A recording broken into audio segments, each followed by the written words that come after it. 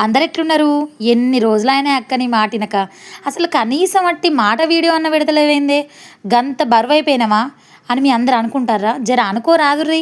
గిన్ని రోజులాయే వీడియోలు పెట్టక. ఒక్కసారన్నా మరి అక్క మాట్లాడే వీడియో పెట్టరాదని అడిగిర్రా ఎవలన్నా?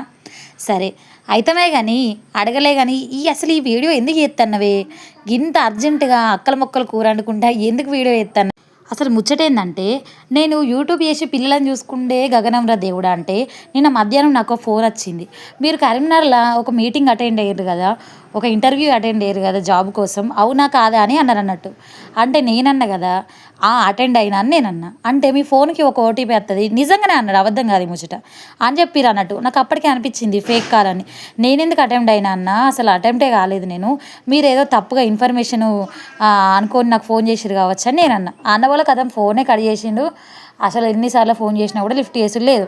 గట్లుంది. నాకు పిల్లలని చూసుకుండే గగనంరా దేవుడా అంటే, ఈ ముచ్చట మరీ కొత్తగా ఉన్నదని మీకు చెప్పడానికి నేను ఈ వీడియో తీసిన అన్నట్టు. సో, మనలో ఎవరికైనా ఇటువంటి కాల్స్ అయితే కంపల్సరీగా అవాయిడ్ చేసేయాలి. ఎందుకంటే నేను ఆయన ఎట్లా రియాక్ట్ అవుతాడు అనేసే నేను చేసిన అని చెప్పిన.